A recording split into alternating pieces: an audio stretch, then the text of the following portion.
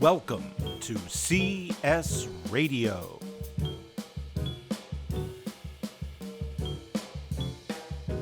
Hello, everyone. Welcome to episode 231 of CS Radio. I'm Che Michael DeAngelis. And I'm Natty Leach. Natty, it's our 10th season finale. It is. I almost said I'm Bootsy Collins.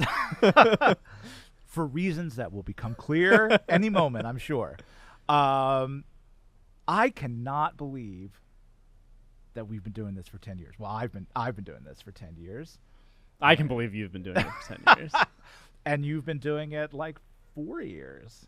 Dude, that's longer than I would think. Yeah. So what a journey from most of the office going, what's a podcast? To just recently, does anyone listen to that anyway? Moments ago. Thanks, Leon. I know you're not listening. Well, we've had a little bit of a tradition the last couple of years about doing something fun for our finale. Yeah, what are some past finales we've done? Was the D&D one a finale? It was not. Okay. But last year was the greatest finale of all time. Was Hot John's. Oh, that's of course. Yeah, of course. That was where fantastic. we did Hot Ones with poor Sam, who was dying from bite one. I was shortly after that. I was trying to think: was he hamming it up for the camera? I think he was truly just in pain. Certainly, when he jumped out of his seat, yes, that was, I think, pretty real. And I was just doing our end of year statistics, and that clip of him like pacing around is still very high on our social media playlist. Well, the camera follows him so perfectly it's just so in a funny. way that we weren't even using it. So, and then the year before that, we did, or maybe that wasn't for that. It was the 200th episode. We did Jackbox games. Yeah. But it was also sort of like the end of the year. I think that was around that time. Yeah. So we did an audio, no visual representation. Yes. It worked out. It worked out.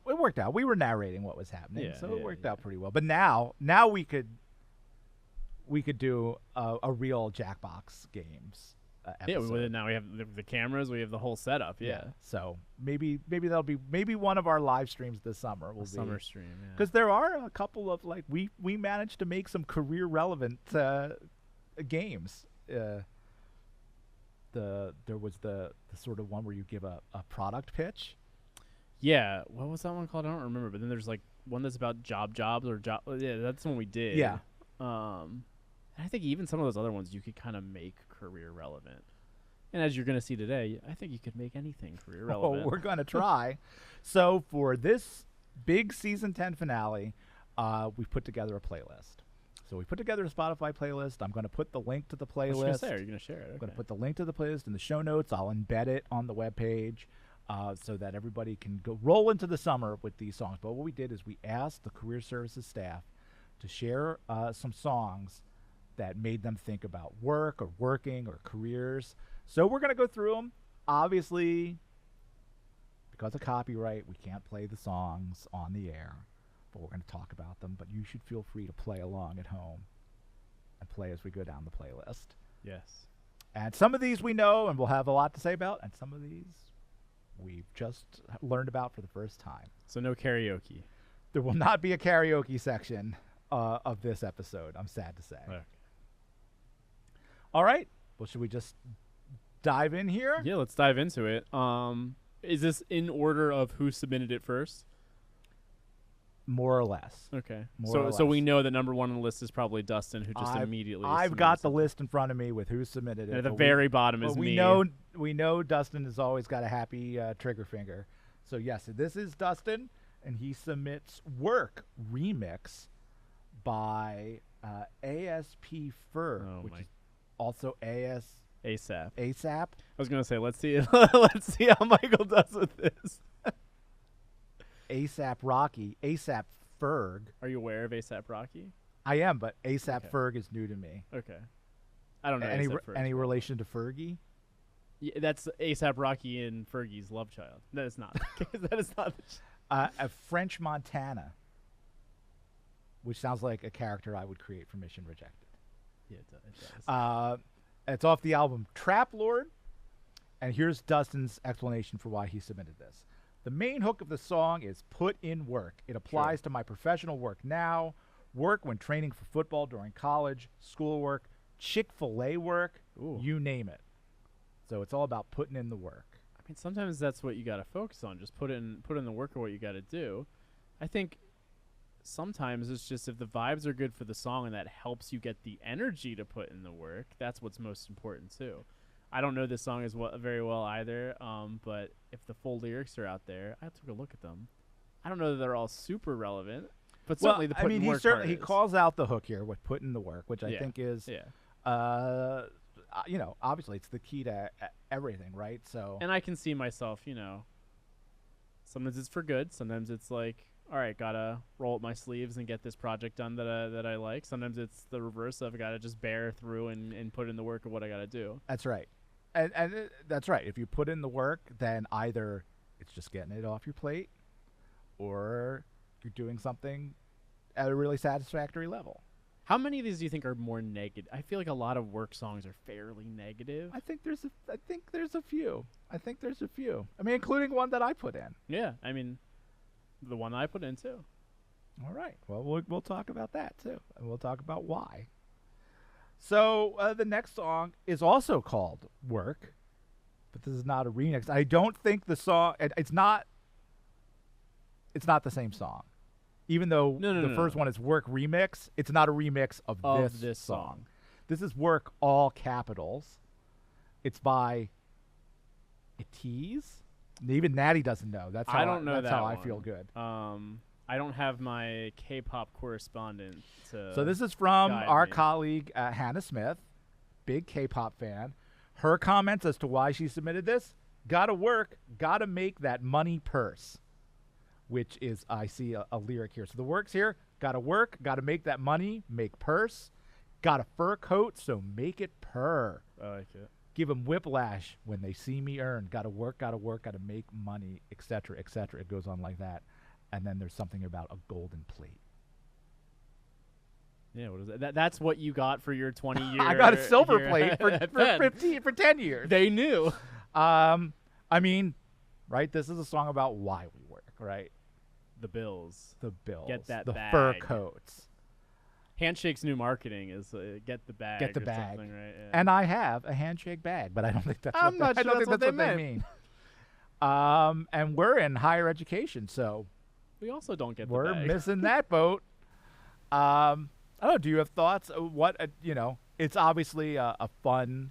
It's a dance song. It's a lot of fun. But do you have thoughts about the sentiment behind getting that bag, getting that fur coat, and making it purr? Well, some of it goes into values, right? And I think for some people, if your value is, make purse, get the fur, make it purr. If that's your value, then and great. Like to go me, there's for no it. problem. Like there are people that are in jobs in our office because it's their life's passion, career services, and there's people like myself who just see parallels to the things they're passionate about and could be very happy doing this work.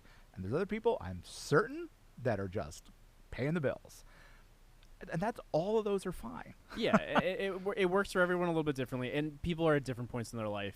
Absolutely. For every career. And I think a lot of times our students in particular, I think one of the reasons you see finance, consulting, tech at the top of our list every year is because they make bank. So much, Like, and they're so good many offers. we know anecdotally and we know factually that so many people do that for a few years, make a lot of money, and then walk away. Yeah, and there is some sentiment implicit with students or who even explicitly say my goal is to be in one of these fields that is really high paced.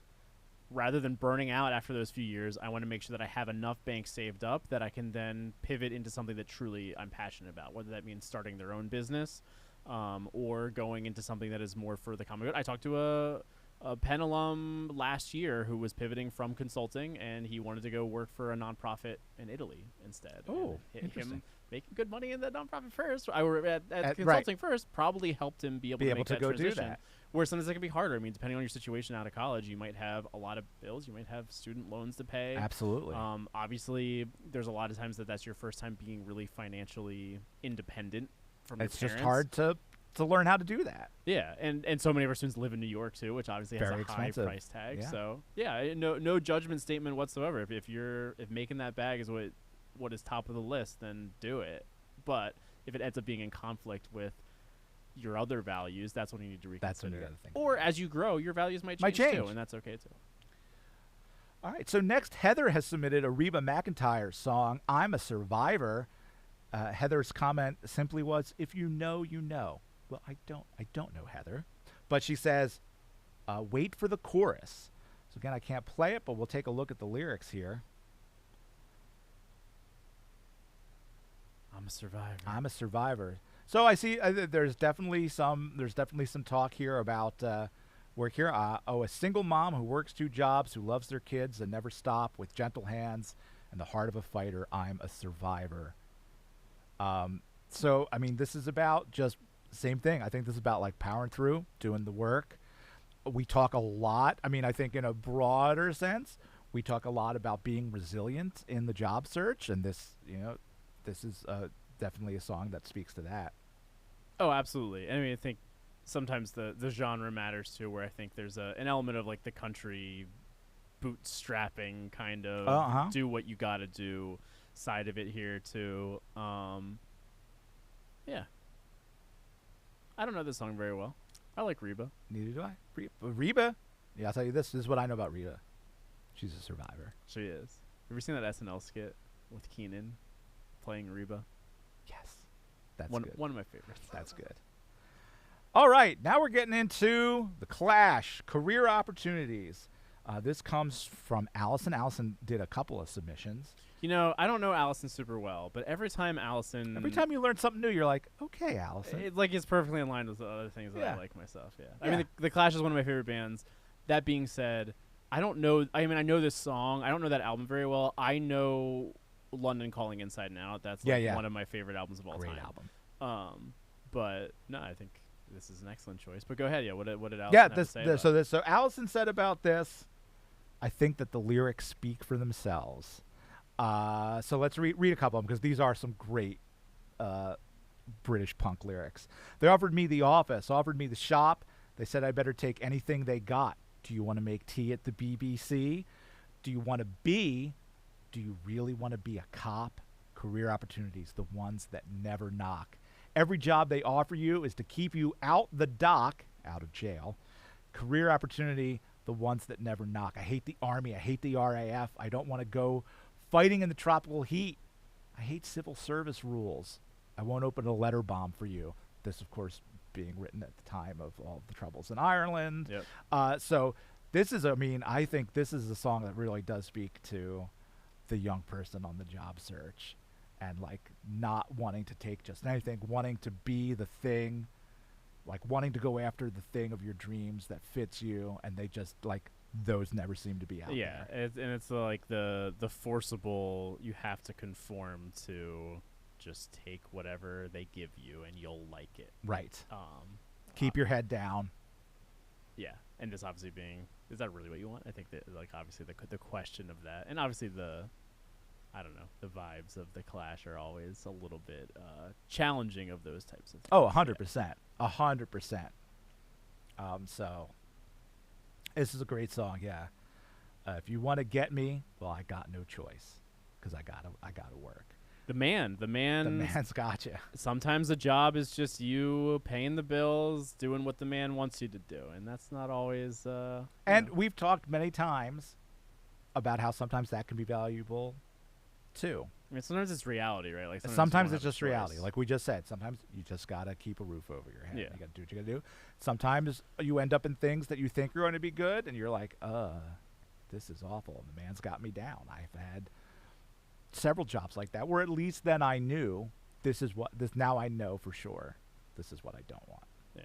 But I mean, would you work if you had to work? If you didn't have to? If you could just coast, would you? Well, but define work.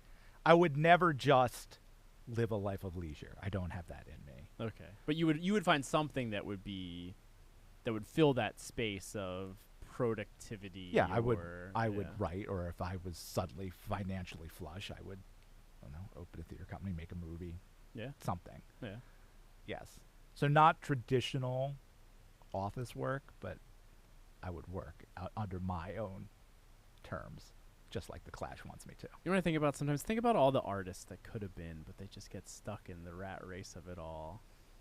We don't have enough opportunities for artists just to be themselves, because it's not by nature a lucrative thing. That is my grandfather's life story. And like sometimes that works out because you're forged by fire, and because you are struggling through life. Sometimes the art ends up being reflective of that in an important way. But there's probably so many people who might have a passion in something that don't end up doing it because they're just, they gotta pay the bills. Was that what your grandfather's story was like, or did he find ways to do it differently? So when he came back from World War II, he really had a hard time, and some of his life is shrouded in mystery to me. But I know that his job when my dad was a young man was to work for the local edition of the TV Guide. So he would airbrush the photo covers. So those in the 50s through the 70s, they would have these photo covers that had this airbrushed look to them. I think my mom did a little bit because my mom was a graphic designer her whole life. She had her own company. I think she did a little bit of airbrushing at the start of her career, but that very quickly became all Photoshop. So that's what he did, though, which was sort of that was as respectable of a art job that he could get. And he was a very, very talented artist, and he did a lot as a hobby. But when my dad said, "I'd like to study art," my grandfather was like, no way. There's no way. You're going to be a pharmacist. And my dad went, "How about teacher?" And he went, "Oh, okay, fine." Fine. So was that like through his own experiences that he just didn't want him to feel like he was struggling as an artist? Yes, that it was not stable, that you couldn't really make money. He ended up, either because the style changed or whatever, but, I know he eventually got laid off from that job. He was retired the whole time I knew him, and he spent his days. We had a finished basement that he turned into his art studio, and so he spent all his days painting or model building. He built a beautiful dollhouse for my sister, all by hand, every little shingle. So he fulfilled that for himself, but I'm sure he would have loved to have done it for an actual career, but he didn't feel like that was something you could do and have a stable family life. Yeah. I mean, I think about my mom, who, she's been an artist her whole life, and that she made a career out of it as being like a self-employed graphic artist. But now that she's, more in retirement age, she has her little painting book, and she does little watercolors every nice, day. yeah. And it's amazing. I'm very, envious of that, because to some extent... That's nice that she still has enjoyment from that, because sometimes when something's been your job for a long time, it gets drained. The fun of it gets drained out of it. Yeah. But no, she still is very much into that and still continuing it. But sometimes myself, I'm not an artist in terms of visual stuff. I play guitar, but I don't draw or anything. But I could see where that's not true. I have an Ewok that you drew me. Oh, I did draw you an Ewok. Why did I draw that Ewok? I don't know, but I have it. I think I was just in the staff meeting doodling, I'll do an Ewok, and I handed it to you and said, "Here." All right. Well, Allison's put in another track here. This one's from The Animals. "We Gotta Get Out of This Place." Another great British track here. It's the last thing I ever do. Is that this one? That's this one. Oh, he's been working so hard. Yeah, I've been working too, baby. Yeah, every night and day. Yeah. We gotta get out of this place. If it's the last thing we ever do, we gotta get out of this place. Because, girl, there's a better life for me and you. Natty. The grind. This really speaks to me right now. Should we just leave? We should just go. We should just go. Keep the cameras running. We'll be back next fall. We'll be back next fall. This is, a lot of people feel this way. We did a couple episodes this season about burnout and just feeling like you can't go on. I love the artists of this era because they all kind of look the same. Like, look at their photo where they all have like the suit and Yeah, ties. yep. But they still had very different vibes. Like the Animals have a very different vibe than some of the other people of that time. Oh, totally. At the same time. Yeah. So I don't know. I feel like music has changed so much. But yeah, no, the Animals, they were mods. Yeah. The hot clothes. Or even like the Kinks, and the Kinks are like, there's a lot of like wild boundary pushing that they were doing. But also, if you look at early in their career, they fit into that same mold. Yeah. The Stones fit into that same kind of mold. So I think that like rock and roll over the years early on was just very interesting in that capacity. Yeah, I mean, particularly in England, you were a mod or a rocker who were mods too. But then the 60s roll around, the late 60s, and then they're like hippies and sequins and things like that. The evolution of any band's look is right, and the Beatles went sort of that with that Eastern vibe, and everybody sort of abandoned the suit and tie look. Yeah. All right. What do we have next? Put Your Records On. Now, this one I don't know at all. This is a favorite song of mine. Is it? Yeah, I absolutely love this song. I don't know this song at all, I don't think. So this is from Doris. Put Your Records On by Corinne Bailey Ray. Doris says, I really like this song for this time of year when our students get a chance to relax for a bit. It also reminds everyone that everything will be okay in the end, and it's okay to slow down. So Nat, talk us through this song since you know it. I mean, I'm not great at like the lyrical absorption, but I can talk through my own personal feelings please. of this song. First of all, Three Little Birds Sat on My Window always reminds me, and I don't know if he's the first to do it, but always reminds me of the Bob Marley song. Oh, okay, yeah. So I think that kind of speaks to what Doris was saying with the everything's gonna be all right, like that sentiment, the reggae for sure, good time for vibes. We sang this song in my a cappella group in high school. That's when I first kind of became aware of it, and I really liked it. I know how to play it on guitar. It has a pretty good guitar line to it. At least I don't even know if it must be in the regular song. I'm trying to think if I added it and it's just like piano and I changed it. No, I think it's in there. Let me think. I mean, the whole point is, girl, put your records on. Play me your favorite song. Go ahead, let your hair down. Let your hair down. I'm not even looking. I'm just going off the dome. So it's a song about taking a breath, enjoying life. Yeah. Not to get hung up too much on work or applying to grad school. Savor those moments where you can put your records on. Absolutely. All right. Good to have a positive spin. Well, we were just talking about the Beatles, and Allison Howard's back. Allison had a lot of submissions. Paperback Writer by the Beatles. This is a favorite of mine. I love Paperback Writer. I mean, I often think about some of these songs, even that last one. I really like that song. I don't think about the lyrics sometimes. Okay. And I noticed that some people listen to this songs song has very an amazing guitar hook. Yeah, and I know that very well. Like some songs I will love for various particular reasons, but it's very rare that I think about the lyrics first and foremost. But what stands out to you, or what did Allison say about it? So this is what Allison said. Allison said, being an aspiring creative is not for the faint of heart. Give that poor paperback writer his break. Well, I mean, I completely agree with Allison. So this song is all about somebody trying to put out their book. Please, won't you read my book? And I'm going to write another one tomorrow if you don't like this one. It's just about that. It's about having that drive to keep doing your thing. You know. So yeah, dear sir or madam, will you read my book? It took me years to write. Will you take a look? It's based on a novel by a man named Lear, and I need a job, and I want to be a paperback writer. It's the story of a dirty old man. And his clinging wife doesn't understand. His son's working for the Daily Mail. It's a steady job, but he wants to be a paperback writer. So he's writing a book about someone who wants to be a paperback writer. Yeah. I always think of this because that opening line, dear sir, madam, makes me think that he's sending a solicitation out to a publisher. Yeah. He's trying to get his stuff read. And I do love, he goes, if you don't like this, it's 1,000 pages, give or take a few. I'll be writing more in a week or two, right? So, like, never giving up, being out there and just saying, I'm going to be a paperback writer. I think that's the positive side of putting the work in, right? Like, that's where 100% it has that positive, as opposed to the negative, I just got to do this and get through it and bear it. This is more of the, I need to do this for my own like personal side of things. Yep. Even if that's not your first. And the financial dreams part of it too, because they say, if you really like it, you can have the rights. It could make $1 million for you overnight. It might. It might, right? And that's I'm rose-colored certain, glasses, you though.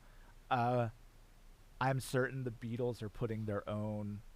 Obviously, they weren't novelists, but they were songwriters. I think they're putting some of their own feelings and memories of being young writers Yeah. into this. It's a great song. It is a great song about being a creative and being determined and just wanting. You know, the person never. There's no resolution to the song. It just ends with them saying "paperback writer" over and over again because they're never going to give it up. I love it. I like that analysis. I love it. You should add to. Oh, was I on it? Yeah, I'm on Genius.com. Have you been to Genius.com? I don't think so. You should add to it. So Genius, it used to be Rap Genius, and Okay. essentially it would like line by line, people could go in and say, "Oh, this is a reference to." Oh, so like you can annotate song lyrics? Yeah, and it's really cool because it crowdsources it. You can go look and see because sometimes there are things that you just don't understand for some reason. You can't know everything, or sometimes it's a culture you're not a part of where you're like, "Oh, that's a drug reference I didn't get," or whatever it might be, or that's a drug reference I did get. And so I'm going to add to this. So depending that's really on what it is, interesting. it's cool. So especially going through songs that you already know, but don't. Like I was saying, I don't always think about all the lyrics. Sometimes it's interesting to see what other people have said about it. That's interesting. Every now and then you'll see artists who will be like, "That's not what I meant with this lyric," but that's an interesting That's an interesting interpretation. Like people will interpretation. add their own things to their own songs. All right. Our next one's from Sydney. And Sydney has selected the all-time classic, Journey's Don't Stop Believin'. I know that one. I see that you have liked that one. It's on your liked playlist. That was probably a misclick. I mean, I do like How the, dare I do like the song. First of all, I don't really use Spotify enough to have a liked playlist. Okay. I mostly use Spotify for our Mission Rejected Music League. Okay. It's a lot of fun. Very similar to this, where we're picking songs themed to characters or to episodes. I thought Pete Berry did all the songs. Pete Berry does do all the songs, but this is what Give him more. external songs make you think of Mission Rejected. Yeah. All right, so Sydney says this song is always this song is about always believing in yourself when faced with challenges in life. I mean, yeah. What more is there to say? Yeah, and an absolute anthem, right? An absolute anthem. People just go nuts wherever you are. This comes on at a bar. This comes on at a wedding. This comes on at a party. One of my This comes on at a funeral. You should go to more fun funerals. One of my roommates from college, all of my roommates and friends from college were very artsy because I started music business and then I lived on a music-themed floor. But he is one of the most gifted musicians I've ever met. He has perfect pitch, so he hears and knows everything. So envious. He's one of those people that you can play a song to he's never heard and he before, can just play it right back. and then he just plays it all over the piano like immediately. But he was doing for a while live piano karaoke in New York, and I went once, and he had his list of songs you can choose and from. his cheat book, yeah. And one of them was "Don't Stop Believing," but it had a very special note next to it and said "Must tip heavily," because I think so many people request that song. That's great. Yeah, yes. There's a surcharge. There's the Yes. Journey surcharge. Yep.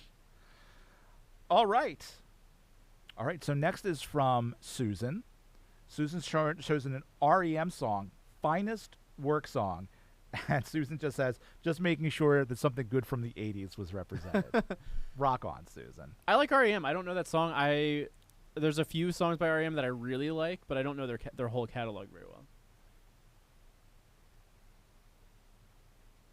So if we take a look at the lyrics here, the time to rise has been engaged. You better best to rearrange. I'm talking here to me alone. I listen to the finest work song. Your finest hour, your finest hour. Another chance has been engaged. To throw Thoreau and rearranged. You are following this time. I beg you not beg to rhyme. Your finest hour. And what we want and what we need has been confused. That's important. Yeah, that's I think a constant. Take your instincts by the reins. Better best to rearrange. What we want and what we need has been confused. I think that's really important. I mean, that's something we talk about all the time. I mean, I was talking at the bookstore. It was sort of my major interaction with a student this semester about these two offers she had, and she was like clearly passionate about one of them And then she's like, but the other one is so much more money. Yeah. I get that. And it's so hard to go through the decision-making process on these things. That's why I mean, what's the most classic career advice that an old person would tell you? You find something you love, you never work a day in your life or whatever.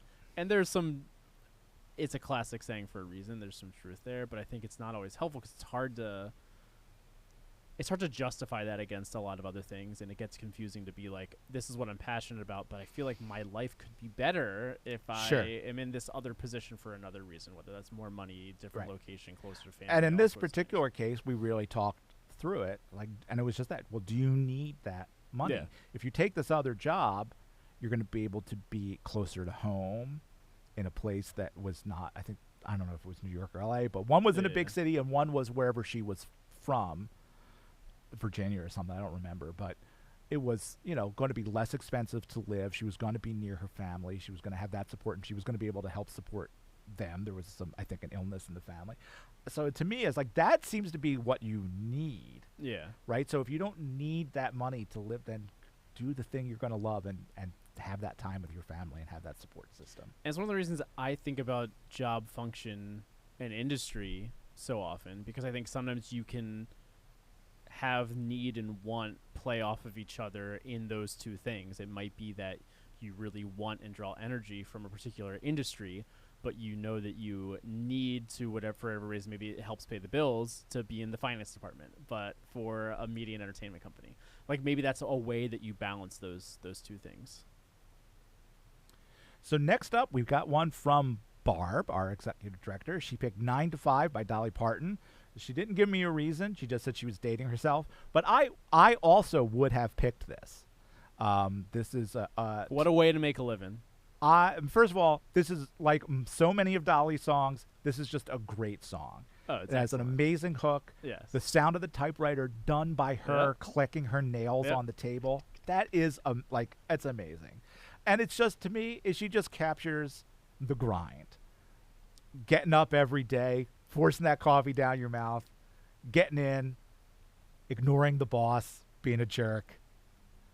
But in like a very Dolly way, right? Because like one of the things I always think about this song is the lyrics are very like almost negative, but it doesn't come across. The song's energy doesn't come across. Much like Reba, she survived. She's like, all of that bad stuff rolls right off me because I'm working 9 to 5. Yeah. I've got my job and I'm going to succeed. It's all taken and no given. Boy, does that ring true sometimes. Sometimes. Can really feel like that way. But again, much like our earlier songs, what does this song end with? You're putting money in your wallet. In the rich man's wallet. In the rich man's wallet, not your wallet. Putting money in his wallet. That's right. That's what I'm saying. Like, it still has a lot of those negative connotations for it, but this song is like so upbeat. It has so much energy to me in a way that I think transcends just like, I mean, it's part of that same kind of philosophy of like, you just got to get through it, but maybe part of getting through it is the attitude that you bring to it and how you kind of go about your day. Yeah, 100%. So great choice there, Barb, because I would have picked it too. All right, but next up are my two choices. So the first one I've got here is Children and Art. This is our only show tune. Although 9 to 5 was turned into a musical, and that song is in the musical. But I'll count it. Well, Don't Stop Believing, I think, is in Rock of Ages. Yeah. So this is from the musical Sunday in the Park with George. I've seen that one. It's a great, great piece. And the second act in particular is a lot about someone making a career decision. This is the one with the hat, the song about the hat. Finishing the hat, yeah. Yes. So it's about that art life, that artist life.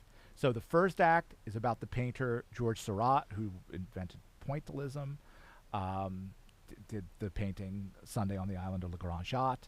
And you see that painting. The lady in the dress, the guy with the top hat. Guy with the monkey. Yep. Very famous painting. It's in the Chicago Institute of Art. And it's all made up of tiny little dots so that when you stand back, but if you go up close, you can see all the individual points.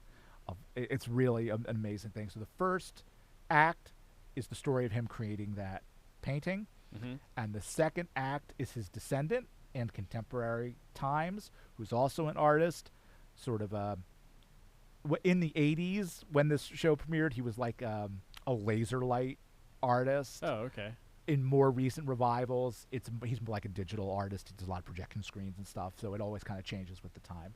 And he's feeling very unfulfilled, and he hates that he has to always be applying for grants and relying on patronage to get his art done. And when his great grandfather just, lived like a peasant and painted all these masterpieces, right? Yeah. And so in this song, the contemporary George is talking with his grandmother, who is the original George's granddaughter. Okay. And she imagines her own mother, George's mistress, Dot, and she sings about this.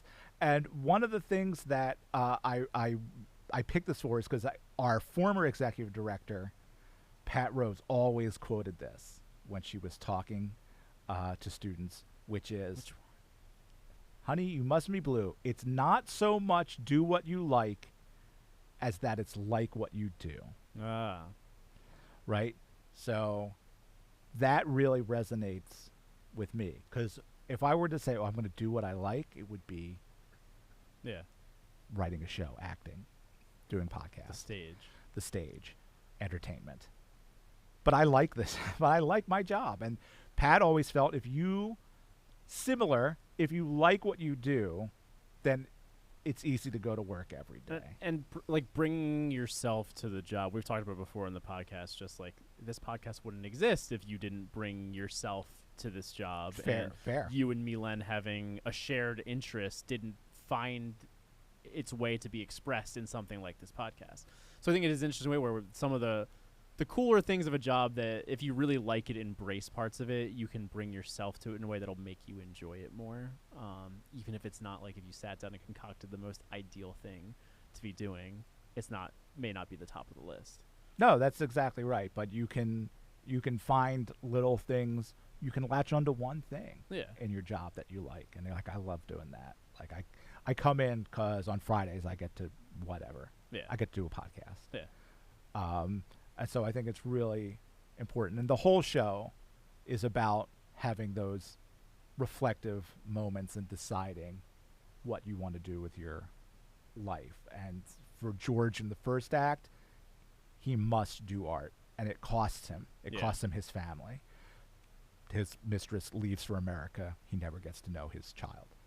But he could not do anything else. And so he had to finish that hat. Exactly. So contemporary George trying to seek more of a balance, trying to have an original voice, but not be alone. Yeah. Really powerful. And the complication of like legacy and what that means too. Yeah. So I have to give a shout out here. I seem to have missed one in the playlist, so I will add it before I post this to the show notes. But Garrett submitted a song called Underground by 5VE. I believe I thought that was on here earlier, but I don't see it on the list now. I know. I might have accidentally. We must have accidentally deleted it because I thought it was on there too. I definitely saw it. So we'll put it back on. It's another K-pop song. And Garrett says he chose it because it's the soundtrack to his SEPTA commute. So Garrett takes the subway in from South Philly. That's obviously a big part of everybody's working day is getting to work. Whether you're driving in, you're taking the rails, you're taking the bus, the subway. The commute is a real thing. And it's a real consideration for a lot of people. When our office moved from 38th and Spruce to 40th and Walnut, that really changed some people's commutes. It doesn't sound like it should, but it's a further away from 30th Street.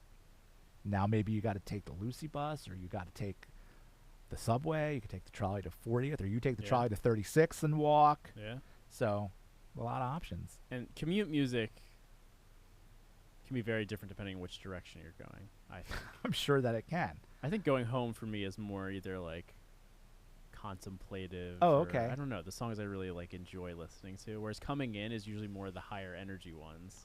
See, I'm the opposite. Yeah, I was gonna say I could see the opposite. I like to ease into my day, and then when I'm going home, I got some exciting music on my way out. Like, and Spotify told me that in the morning I like listening to happy vampire music. That seems right. That's the group. That seems right. The type of thing. All right, let's keep on trucking. Here's my second choice, "Summertime Blues." Now, this is a American rock and roll song, but I've picked the Who's cover because the live version of this from Live at Leeds is one of the greatest recordings of all time. We're standing on the precipice of summer, and you know, I think I was just talking to a new friend that I've made who. This is a conversation I'm sure you've had too with people in your life. You're like, oh yeah, I never really think about what happens at a university over the summer. I just assume you're not doing anything. Oh no. No. We don't get the summer off. We're not teachers. There's so much that happens in the summer. Consulting deadlines.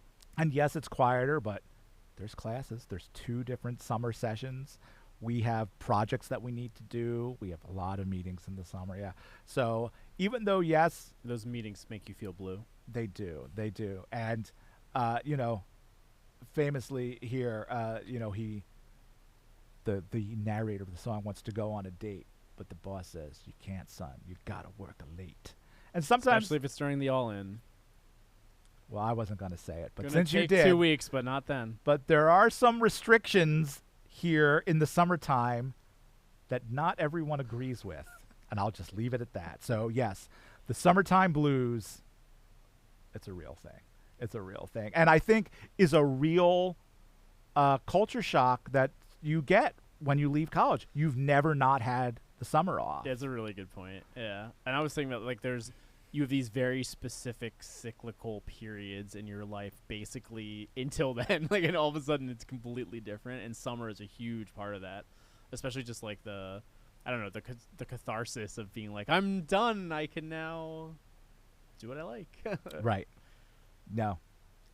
You got to go to work. School's out for summer. Still got to go to work on June 1st. Yeah. That's like graduation's Monday. Tuesday's just another work day. All right, let's keep it rolling. We're short on time, so we've got ABBA. This is from Ella. Take a Chance on Me. I love ABBA. I don't know the song. You said you know this one better than I do know this one, and Ella just says, "Who doesn't love ABBA?" And the song title says it all. So this is the ballad for the person who's hoping to land that job, saying to the employer, "Take a chance on me."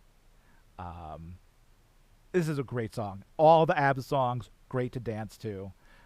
This is about, lyrically, this is about taking a chance on love. But I know Ella's thinking here is that this is what people are singing as they're sending in those applications and as they're going through their interviews. Take a chance on me. Absolutely. I would put a "Give Me a Man" after midnight, but I'm not sure what the implications would have been for that. Well, that's between you and the podcast audience, I guess. All right, Natty, these are your 2. You didn't give me explanations, so you're going to have to talk us through. We've got "Welcome to the Working Week" by the great Elvis Costello. I love Elvis Costello. This album's one of my favorites of all time, and this is the first song on the album. It's a really great song. It's really short. It's only like a minute long. But this is probably more in the negative side of things, I think, this song. But it's just getting through, doing what you need to do. I think part of the lyrics here are mostly just the back and forth between someone. It's basically him and another person who would admire him, potential girlfriend or partner in some sort of way. But how he feels like he has to be doing, getting through it. That he hope it doesn't kill you. I hope it doesn't kill me too. You got to get through it, so you better get to it. It's kind of like the downside of it. It's like, I gotta go to the working week. Why are you even interested in hanging out with me? Right, I got work to do. Right. All right, next you pick the White Stripes, "Rag and Bone." Talk us through it. This was a little stretch, but I just like this song a lot. It is about 2 people who are basically they're like pickers. Yeah. They're scrounging around, just picking stuff up out of people's yards or what people like trash. One person's trash, another person's treasure. There's that show, American Pickers. I know it well. That? Yeah. I used to always say to Emily, we occasionally have that show on in the background when we go to her parents' house because her dad had some interesting negotiation tactic where all he wanted at the time was AMC to watch The Walking Dead. Okay. And so he said, that's all I want and nothing else. And they said, well, the only thing we can give you is that and the History Channel and then public access. So it was like, those were the only options. This is like AMC and American Pickers. But I always say this is just like that song Rag and Bone. And then one episode they were driving in their van, and the guy turns to the other one and is like, "You ever hear that song by the White Stripes, Rag and Bone? That's us." Anyway, the reason I think that I like it connecting to the work that we do is Meg and Jack. I mean, Jack obviously singing most of it, but Meg's in the background throughout the whole song, being like, "I see you got some stuff. Can I have it?" And Jack's like, "Oh, don't be rude, Meg." And Jack's more kind of the coercion type, almost kind of like mentoring her on the ways of picking and building relationships with someone so that you can get something that would be beneficial to everyone. And so I kind of like that idea of us sometimes working with students who might not yet know All right, Natty. the norms of how to go about things, whether that's negotiation. I see you working it. I see you working it, making it all come connections here. I like that idea of the mentorship there of him and Meg, and still finding like this common shared goal. And we all know how well that worked out. Well, they're brother and sister. They are sister Meg. Oh, okay. They're Finally, they're ex-partners, but they were divorced, I think, before the White Stripes. I think, and they've always referred to each other as brother and sister on stage. Yeah, it is a little weird. Anyway, our last one comes from Laura. She submitted the theme from The Office, the U.S. version of The Office. She gave no reasoning, but I think when a lot of people think of work, this is a touchstone for them. Yeah, what does it say on Spotify? She said by unknown artists, and I didn't think that was right. I'm sure it's not. So this is just off like a generic TV. Yeah. She probably copy hits. pasted it, yeah. So I'm not sure who wrote the Office theme song. It's not credited here. I'll put it in the show notes. I don't know. Do you have any thoughts about the Office theme song? I like it. It's a really good opening titles. I like the titles because it shows like the streets of Scranton in a way that's just, I don't know, very folksy almost. I only just found out that footage was shot by John Krasinski on his iPhone after he found out he was. I don't know if they were going up to shoot some exteriors or he had to pass through that way, so he took a bunch of stuff and he gave it to Greg Daniels. It together. I think it sets the tone well it for does. the show. And then I think obviously the show as a whole, like, just the office dynamics are so specific. Like when you haven't worked in an office, it may not always connect as much, but then as soon as you do and you start to have like, every office is a little bit different, but every office has like characters. Are you familiar with the original, the UK version of the I've Office? watched like some of it. I haven't watched all of it. I've watched at least a few episodes though. Really funny. And actually I really like Mackenzie Crook, who's like he's like the Dwight character. He is in the that. Dwight character, yeah. It's a great cast, very funny, much shorter than the US version. And Stephen Merchant is the Steve Carell, is that right? No, he's the Jim. Dave Kochner. He's the David Kochner character, the friend. Oh, okay. Right? Jim is Martin Freeman. Oh, that's right. Okay. Yeah. Okay. But that and Ricky has, Gervais is the Steve Carell. Yes, Yeah. that has a theme song with lyrics that I really like that song too. It's by Big Ron Wembley. I wanted to say Weasley. Is it just for the I think show? it was. I think it was a song, and then it got repopular. Okay. And one of the lyrics is, "It's all for the handbags and the glad rags that your mother used to scrimp to buy you." So it's all about like you're going to work because that's what you got to do, so you can give your kids a handbag or a glad rag, right? And it's all about that. It's got this sort of wistful. The opening line is like, "So what's become of you, my friend?" It's just I've just been working. I've just been working because that's what I've got to do. So like that ties back to a lot of what we've been talking here today. And I hate when I have to say that when someone's like, "Oh, well, what's been going on in your life?" And I'm like, work. I know. I was just with my I've seen my family a bunch recently, and they're like, "What's new?" I'm like, "Nothing. Work. Nothing. Sorry." And they just kind of look at me. I'm like, "Do you want to know about work? It's not that interesting."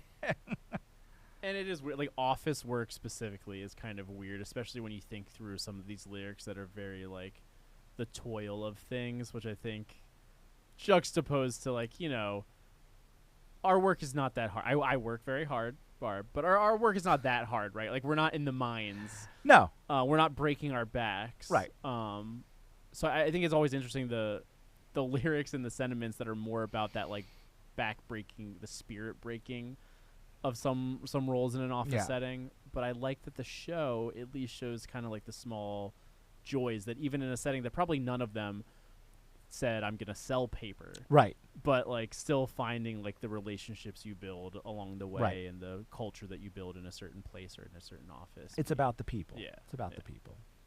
So, well, this was a fun exercise. Like I said, we're going to share the Spotify playlist. I'll put it in the show notes, and I'll embed it on the website. If you look real hard, you can find me doing a cover of the Office theme on YouTube. Ooh, Don't put it in the show there's your notes. challenge, That'll be folks. for, yeah. Well, Natty, 10 years 10 years, down the drain. double digit. No.